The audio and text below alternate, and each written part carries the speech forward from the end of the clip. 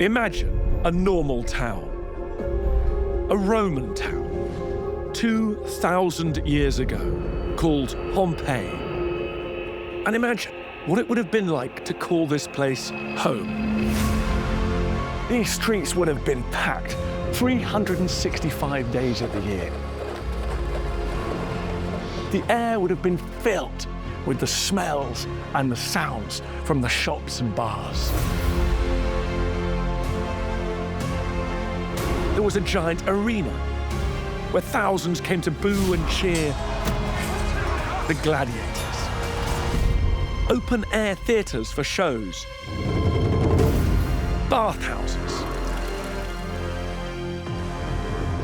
Luxury homes. Laundries, bars, and brothels. Now Pompeii is a perfect Roman time capsule, the most extraordinary window we have into life in the Roman Empire. In this series, I'm joined by historian Kate Lister to explore this place inside and out, top to bottom, to find out what life in Pompeii was really like. In this programme, we're going to reveal what ancient Romans got up to in their spare time and how they had fun. We'll discover how they worked out in the town's gym, just like we do today. Think about the battlefield. Think about the arena. How Roman ladies kept everything covered up and in place. What about boobs? I mean, if you're walking around, I mean, they go all over the place. They had something for that. How to holiday and party like it's AD 79. Think of it like the French Riviera, Ibiza, Blackpool, Brighton, Vegas, all rolled into one. Welcome to life in a Roman town. Welcome to Pompeii.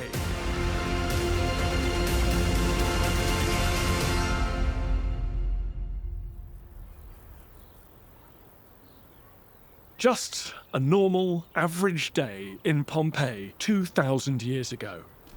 Anyone strolling around town back then would encounter a busy, bustling place. 20,000 people lived and worked here.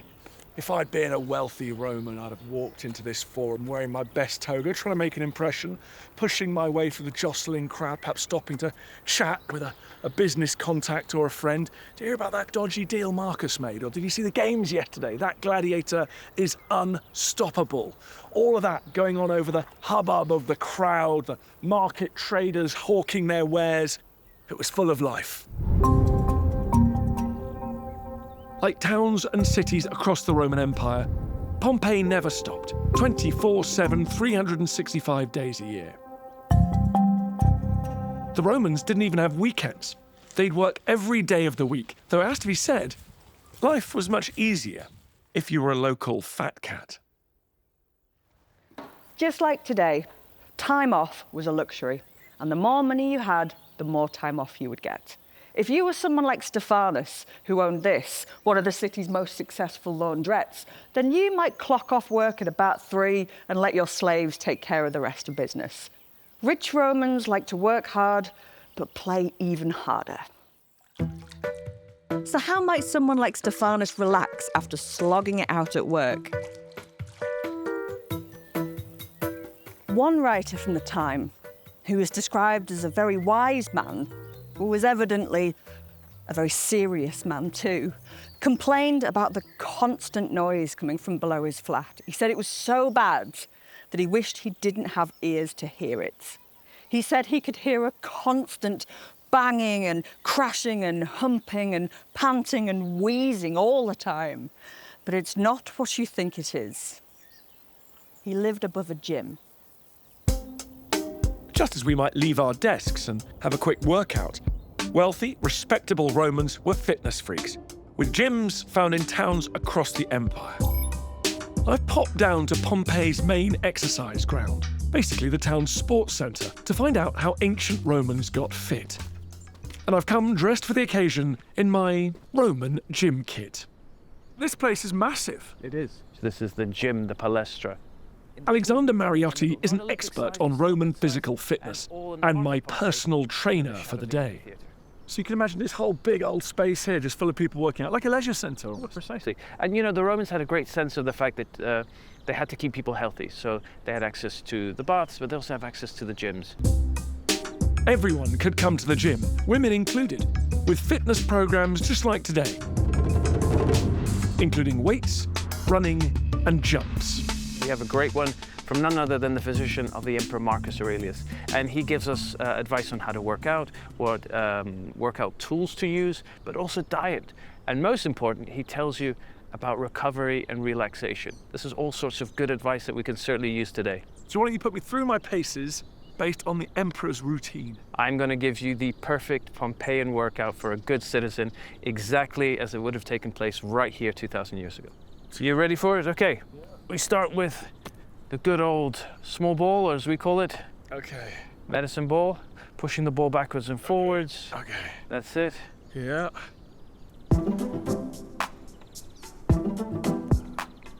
Then getting a good stretch to the side. Okay, that's always That's it. Bring it to the chest first and then out.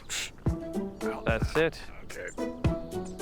And then, of course, now you've got the classic squat. So you hold the ball close to your body, straight back down, and then back up again. Oh, I hate squats. There you go. Work the legs, work the back. Legs day. Perfect. Think about the battlefield. Think about the arena. Mind of steel. This is what the Romans called virtus, which was mental and physical strength. Virtus. Yes, indeed.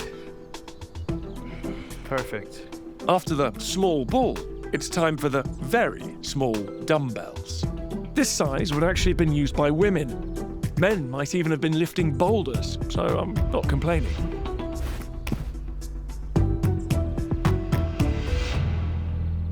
Well, that was quite an experience, getting the heart rate up and the muscles aching, doing a workout here in the heart of the Roman gymnasium. You can just imagine what it would have been like 2,000 years ago, working away out here and then retreating here under the shade, chatting with your mates, checking out people around the place. Everyone could come here, whatever their age, class or sex. This was the place to see and be seen. It was important to get fit and in shape. This was the perfect place to show off your muscles. After a workout in the gym, the locals would have been stinky and sweaty. Luckily, Pompeii had 2 huge public bathhouses servicing every part of town, and most citizens visited every day. I've come to the magnificent public baths next to the Forum to find out exactly what went on in these bathing houses. And it wasn't just about washing yourself and keeping clean. Wow. Yeah, no, it's a really impressive room. It's absolutely amazing.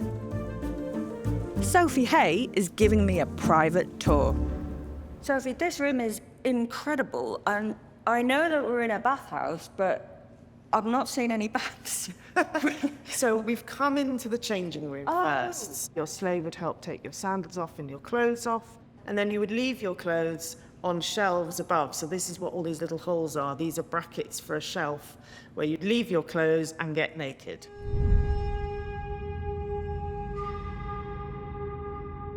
Absolutely in the nip. There's no cubicles, there's no modesty here at all. No, this is a very public space, and it's fine to be, you're all men in here. So the women have a completely separate bath, so it's fine to be completely naked in here as well.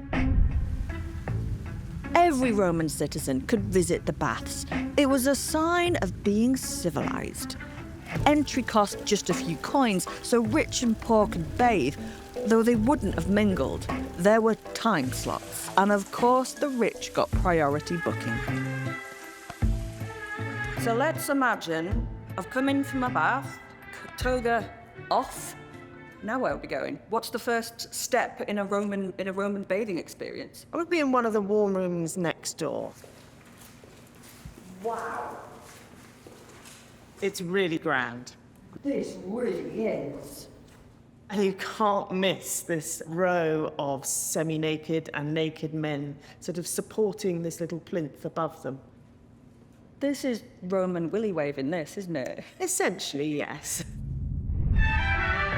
This room was basically one giant sauna where you could sweat it out, cleansing your pores and chatting to friends and strangers about everything from the weather to serious politics. Which meant that if you were an important person about town, this was the place to show off with a little bit of self-promotion. This is a sort of portable furnace. It would have been hot holes inside it, and it was given to the people of Pompeii by a man called Vacula. And he has his little cow motif, because Vacula means little cow. And he's telling the people, look what I've given you. Once you'd hung around the warm room for a bit, getting yourself up to temperature, it was time to move on and for things to get a lot hotter. Heated by hot air through the walls and under the floor, this was a super hot sauna. This is going to be heated underfloor. And you wouldn't have just stood around. There was a hot pool for you to wallow in. It's a very impressive room, but I have noticed that there are no drains or taps in here. They're not reusing the same water over and over and over again, are they? They seem to be, yes, because even in the written sources, they say, don't go to the baths if you've got an open wound, because you will end up with it being infected. Sort of stewing in their sweat and juices and, oh. I know, it's Oh, the monkey pups. Coming up, I discover the lengths a Roman man would go to for the sake of hygiene. Don't try this one at home, folks. Yeah, I guess that works. Well, Kate finds out how Roman ladies protected their dignity. What about boobs? 2,000 years ago, Pompeii never stopped. Romans liked to work hard, but they loved to play hard. Just like us, they wanted some downtime. And as we've discovered, the bathhouse was the place to kick back and relax. In their baths, Roman men would be talking business and chewing the fat in their manly surroundings. But what about the women? Well, they also had their own bathhouse, and that was a strictly woman-only affair. So what did they get up to when they were taking a dip? So, 2,000 years ago, this room would have been filled with women bathers. Oh, hello. This is the women's bathhouse. Yeah, so we're in the changing room here, and just behind you is the cold plunge pool. So exactly like the men's, but much softer and feminine. Instead of all that marble, you've got these beautiful, beautiful frescoes with floral arrangements and even a little bird flying out at the top. The decor may be different from the men's baths, but the layout was the same. Women would come in here fully clothed before getting naked, and then they'd visit the cold plunge pool, a warm sauna room, and a hot room with a steaming hot bath. Baths were one of the few places in town where women could gather outside their homes, so they wouldn't come here just to bathe. They might get their hair done, read and play games with their friends and catch up on all the gossip. Same idea as the men's, but completely different feel. It is more feminine. I know that's the obvious thing, but it really is. Whereas next door, there's a real masculine sense of one-upmanship. That's what it is next door there's competition. There's I've got more money, I've got more muscles, I've got a bigger house than you do. And none of that is in here. This is just somewhere where women came to get clean and talk to their friends. This is where the women would be gossiping and catching up with what's going on in the town, seeing their friends. They're not doing business here. In the men's baths, there was things that have been donated by patrons and a real presence of the men that have built that bathhouse. I don't see any of that in here. No, that's a really good point, because all of those messages are coming from politicians, and women don't vote. So the message next door is not even worth anything in here because they don't have the right to take part in the voting process. So really the messages have to stay on the men's side, and here they're free, they don't have to worry about that. Do you know what? This is still a nicer room, and they can keep it. They can keep it. I'd rather be in here. No, absolutely. Me too.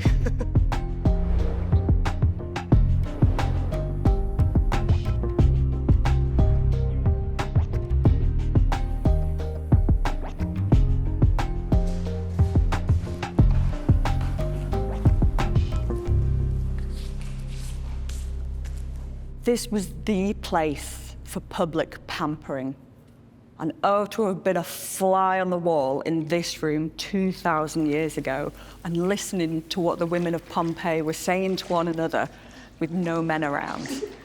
They would have been slagging off Julia's terrible dinner party and laughing at Claudia's awful new hairdo.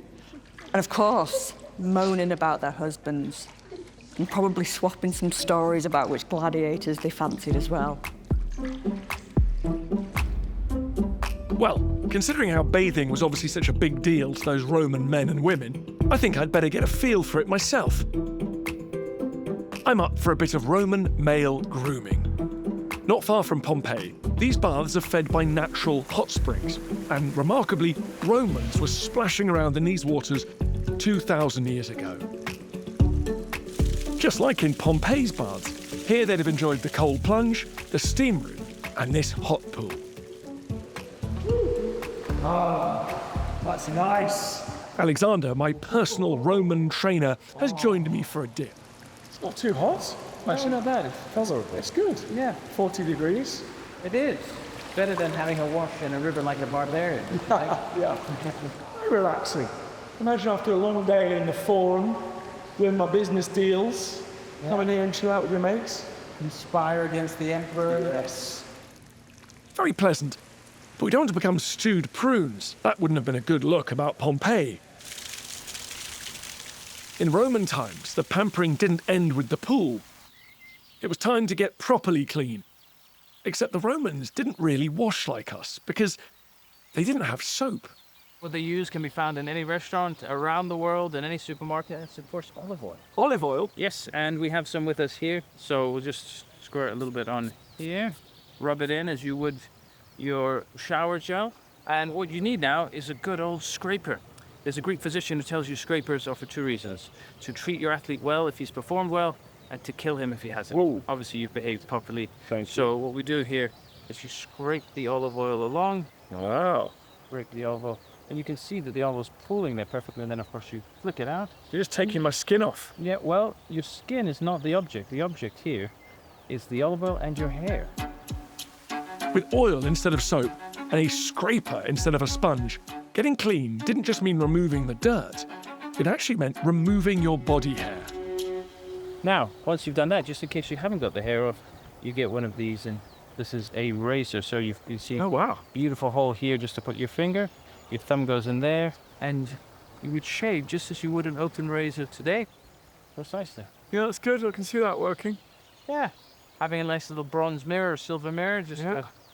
They're not so different to us, really. No, not really, not really. So, of course, if you don't have a razor, you have to be inventive. So we have an emperor talking about taking mashed bread and pushing it in his face after he shaves to try and stop his beard from growing. Or even hot walnuts. What do hot walnuts do? So basically what you're doing is you're heating the walnut enough to singe the hair off your body. I guess it's the ancient equivalent of that kind of hair removal mousse that you get for the showers. Okay, now you have to be able to hear your Senate meetings and listening to the great orators of history. So you have this over here. There's a little divot in there, and of course you put it in your ear and you twist it a few times. Get all that earwax out. Don't try this one at home, folks. Get all that gunk out of there. Okay. There, yeah. Yeah, I guess that works. And now you are a civilized Roman, not a barbarian, ready for your meeting in the Senate or some good business in the Forum. Every self-respecting Roman clearly cared a lot about their appearance and enjoyed spending a good part of the day toning, bathing, preening, and pimping themselves up. But all of that was wasted if they didn't get kitted out properly and dressed to impress. Roman women loved fashion. They loved the hair and the bling and the makeup. And if you were really fancy, you'd have a slave called a cosmeta to help you get ready. It's where we get the word cosmetics from. So, I think it's high time I got dolled up Roman style. Could you please lift your left arm a little bit? Thank Annick you. Heimlich makes her own authentic Roman clothing. Unless they were in the bathhouse, respectable Roman women kept their clothes on in public and didn't show much flesh. I'm finding out exactly what they wore to keep covered up. Just feel feels quite heavy, you know. I wasn't expecting it to feel quite as weighty as it does. And do you feel the weight of dignity? I do. I feel very dignified. As well as quantity, the quality of the cloth screamed wealth and status. It's handmade with wool and coloured red with a dye made from crushed insects. It's so expensive that many had to rely on second-hand clothing shops to kit themselves out. And I've got to balance this. But it wasn't just about having the right wardrobe. It was knowing how to wear it. This feels like it's going to fall off. Can I pin this on? Well, you're not supposed to if you're a proper Roman lady. So I have to keep my clothing balanced on me with my correct posture at being demure and graceful at all times. Yes, that is how it tells people that you have been born and raised in a wealthy household and have been trained to have that certain posture, that straightness, that, well, dignitas, as they would say in the Roman world, that's dignity. And then I glide. Yeah. So nothing falls off. What about boobs? I mean, if you're walking around, I mean, they go all over the place. They have something for that. It doesn't really have a broad shape, so... Oh, so you'd bind them up? You'd bind them up, yes. That is what you would do. Clever. And what about jewellery? Were they big fans of jewellery? Yes, they were. Well, if you could afford it, of course. I've got a selection here, so you can take your pick if you like. I want the most expensive one.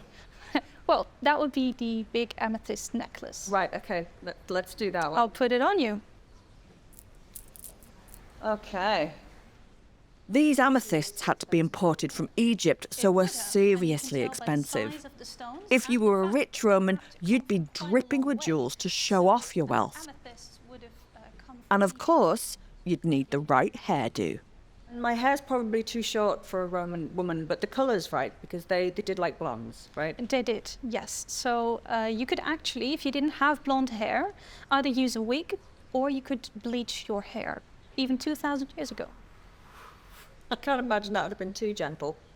For fashion, people do a lot of things. Don't they just? So they liked blonde hair, and I'm feeling absolutely Roman to perfection. Women weren't the only fashion freaks in Roman Pompeii. Oh yes, the men were vain peacocks too. Time for the toga. Are you feeling more important? You bet I am. I feel like Caesar. I feel like I could conquer Britain. Well, you didn't have to be an emperor to toga up. You did have to be a Roman citizen. Any old barbarian or slave wasn't allowed to wear this. The toga told everyone that you were Roman. So we're dressed up. We are aristocratic Romans, man and wife. How are we expected to behave now? So you have to appear in public as a respectable person, shouldn't be shouting, for example. Shouldn't be running, because running is very undignified. And you should be kind to your fellow peers. Yeah. 2 out of 3 ain't bad. Coming up, we find out how Romans enjoyed themselves on their holidays. They wanted a bit of sun, sea, sand, and other things. And we discover what happened on a visit to the Games, the biggest and bloodiest Roman spectacle of all. 2,000 years ago, Romans loved to go on holiday. They went to Greece to see the sights, to Egypt, the land of the pharaohs. But there was another holiday hotspot much closer to home, Pompeii. Lying on the Bay of Naples in southern Italy, it was a go-to destination. Like any sun-drenched coastal town today. Over summer, it was filled with Romans enjoying their holidays. Just like today, Pompeii and this beautiful stretch of coast brought the tourists flocking. Imagine you're a Roman. The summer, it gets very hot, sticky, it's crowded. So you come down here. They wanted a bit of sun, sea, sand, and other things. And yes, this region did have a little bit of a racy reputation. Of course, you had to be rich. There weren't affordable package holidays for ordinary Romans. But if you were rich, well, then this coast was a playground. There were luxury villas, second homes, dotted right the way along here. Even the Emperor Nero had one, a huge palace where you could get up to all sorts of stuff you couldn't pull off in stuffy old Rome. Think of it like the French Riviera, Ibiza, Blackpool, Brighton, Vegas, all rolled into one. Rich Roman tourists came to Pompeii to party, relax, and enjoy themselves. If I was a super rich Roman woman coming to Pompeii on my holidays, women didn't really travel by themselves. The chances are that I would be here with my family and my husband, who for the purposes of this fantasy, I'm going to call Danaeus, which is a good Pompeian name. And if me and Danaeus had been here for more than a couple of days, the chances are that we would have found some kind of festival going on, because the Romans loved any excuse for a festival, a holiday, a day off. There were hundreds of festivals worshipping gods, a bit like the way we celebrate Christmas, Ramadan, Hanukkah, or Easter. There were local dues too, something like a village fete. Butchers, bakers, and the lamp makers, for example, all had their own holidays, where their businesses shut up shop for the day. And then there were birthdays, coming-of-age parties, and weddings. You can really imagine those family get-togethers when you visit the amazing recreation of a Roman home at the Newt in Somerset. Just like today, birthdays were an excuse to celebrate in the Roman world, and people who lived in a house like this one would certainly have been inviting over friends and family and business associates for a big birthday bash.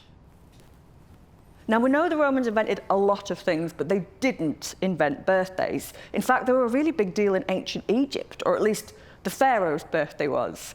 But it looks like in Rome, ordinary people were celebrating their birthdays too. There were big milestone birthdays. 14 for a boy was his coming of age, and 50 was a really big deal for a man. And we know that women were celebrating too. Near Hadrian's Wall, a letter was found from the wife of one of the commanders inviting her mates over to join her in a birthday knees-up. They'd be drinking and eating and present giving, money, flowers, jewellery, all good presents to be getting. Now, I know what you're wondering. Did the Romans have birthday cake? And yes, they did. They didn't have candles in it, though. That custom comes from Germany and is only a few hundred years old. But they definitely had cake on their birthday. And before me is one such cake, which is looking a little more pancake than birthday cake, if I'm completely honest. But I promise you, this is from an authentic Roman cookery book. This is the real deal, although its ingredients leave a lot to be desired, in my opinion. There is a lot of wine in this cake. There's a lot of yeast, which doesn't seem to have done very much. So I think, in the interest of history, it's time to give it a taste test. Here we go.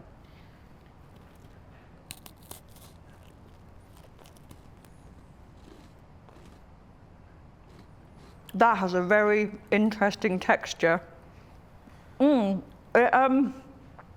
has a consistency rather like a sponge that you'd use to clean the drain. And you can taste the yeast. I don't know who you'd give this to on their birthday. I really don't. I mean, presumably it was a much bigger deal for them back then, and maybe their yeast worked, but I don't know who you'd give this to unless you didn't want them to see in another birthday, quite frankly. Back then in Pompeii, birthdays weren't the only excuse for a party. If you were getting married, you would make a really big public song and dance about it. And when people died, their bodies would be laid out in their homes for everybody to come and have a look at. And then there'd be another party and everyone would be pouring out into the streets. But in Roman towns, the party atmosphere really took off when there was a public festival. Because a lot of the time, that meant only one thing. Pompeii staged a whopping 100 gladiatorial games a year in its magnificent stone amphitheatre, the oldest in the entire Roman Empire. 20,000 people crammed into these terraces, just like a modern stadium today. When it came to spectator sports, Romans liked the action bloody.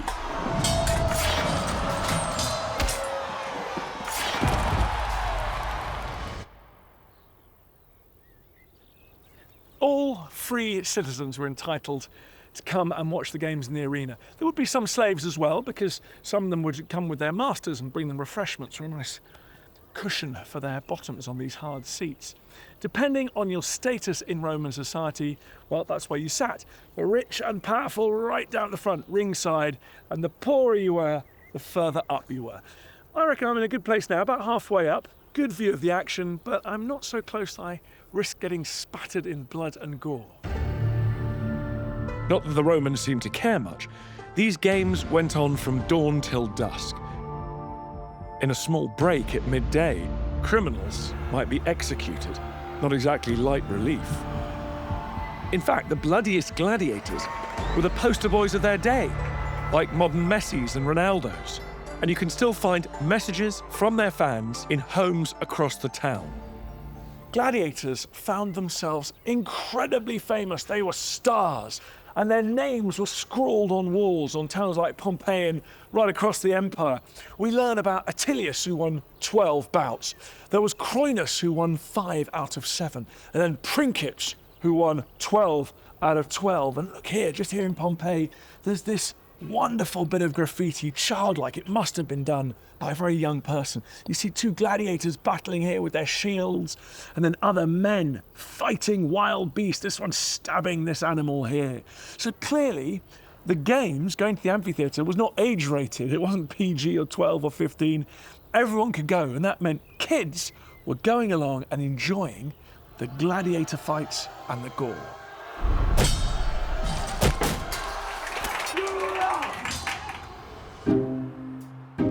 If men hacking at each other wasn't your thing, Pompeii's culture vultures did have other options. The far end of the town was Theatreland, basically their West End. Wow, it's really impressive. Even it's slightly dwarfed by that massive gladiator arena. That can fit 20,000 people. 1,500 can get in here, but bear in mind that the London Palladium today only fits around 2,300 people, so that's not bad. And next door to this, they've got the big theatre, which fits 5,000. So, provincial Pompeii 2,000 years ago had a theatre twice as large as anything in London today. Those Romans love to take in a show. Friends, Romans, countrymen, lend me your ears. Pretty good. Nice and clear. Simon Elliott is here to explain what kept bums on seats in Roman times. That was pretty good. I could hear everything you said. There you go, there you go. What kind of shows would there have been on this stage? So for the Romans, this is posh. So it's the theatre, it's the top end of public entertainment. It's not the gladiators, it's not the beast hunts in the arena. This is plays, this is recitals, this is poetry, this is music. Romans loved a good play. They liked it sad, but they also loved a laugh. Dan, the Romans loved base humour. Huh. I thought they were all sophisticated. Well, that's what they thought themselves, but to us, it's quite jarring. It would have appeared to us like one of our pantomimes. It's just like fart jokes, it's people with mistaken identities and that kind of thing. Sounds a bit like Home Alone, you know, bricks falling on the head, perhaps step on a nail, that kind of stuff. Absolutely, yeah. With its theatre and gladiator shows, Pompeii must have been buzzing. And on a night out, and perhaps after taking in a show, like us, Romans loved a bit of booze with a tasty snack. Coming up, Kate finds out exactly what an ordinary Roman nibbled on when they went out. This stinks for history. Oh. And we'll discover what went on inside Pompeii's bars. These Romans loved to flutter, didn't they? Ancient Pompeii was a party town. Today, this place may well have been on the front page of a travel agent's brochure. Pompeii had everything, from lovely houses in town to beautiful villas just outside along the coast. Great place to make a life for yourself or own a second home. And if you're a traveller, well, it catered to all sorts, from your saga groups to your more Club 1830 vibe. There was adventure, there was sand and sun and sea, there were theatres, gladiator shows. And as for food and drink, Pompeii was famous for it. Everywhere you turn in Pompeii, you can come across a bar or cafe to quench your thirst or fill your stomach. Nearly 50 bars have been found so far. I'm right in the heart of things now. This is the main drag in Pompeii. There's a crossroads down there, and that way to the baths, that way to the theatre, and the amphitheatre is in this direction. It would have been busy. Just fighting your way through this zone would have given you quite a thirst, and luckily the area has got loads of bars. Perfect place to get a drink, maybe even start a pub crawl.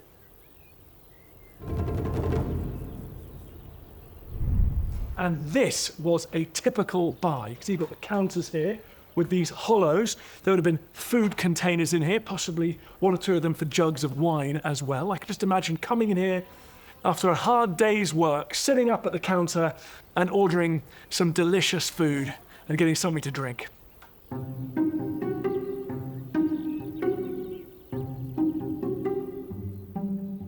This bar here even advertises some of the names of the barmaids that work inside. I can see Asalina here. Very exotic. You can just imagine barmaids like Asalina behind the counter serving their customers here. And they were packed. Rich Romans ate in. They had well-stocked larders and fancy dining rooms. But most people didn't even have a basic kitchen, let alone a luxurious dining room. These places were part bar, part fast food joint, so this is where they dined out. Menus at a place like this might be quite limited. They probably specialise in a few things. This one, say, lentils, one down the street might do meat and cheese. One thing, though, would definitely be on offer no matter where you went. Something called garum sauce. Pompeians loved this stuff, and today Capona restaurant nearby still serves up this Roman treat. Thank you, grazie. Using the same ingredients and recipe as they were using 2,000 years ago. This stinks. Even at this far away from me, this stinks. But the Romans were absolutely crazy for it. This is garum, and it's a fish sauce. They make it by fermenting dead fish, guts, bones, heads, get everything in a barrel with sea salt and some herbs and leaving it out in the sun for a few months. And then the resulting putrefied liquid, that's garum. We know Pompeii was a really big exporter of garum. Fortunes were made with this stuff, and we found jars of garum all around the Mediterranean with the words Pompeii written on it. So this really was the lifeblood of this city. For history.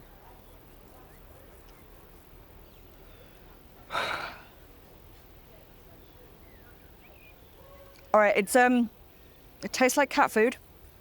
It's very salty. Oh, but I don't think I'm a fan of that at all. Hard to believe that was as popular as ketchup is today. Luckily, if you weren't a fan, you could have washed away the taste with some of the town's famously good wine. This is wine-growing country, and it has been for as long as anybody can remember. What was really extraordinary about the Pompeians is that they had vineyards within the city walls. But what's really remarkable is they're still growing the same variety of grape today as the Pompeians did to make their wine 2,000 years ago. Cheers. That's not bad.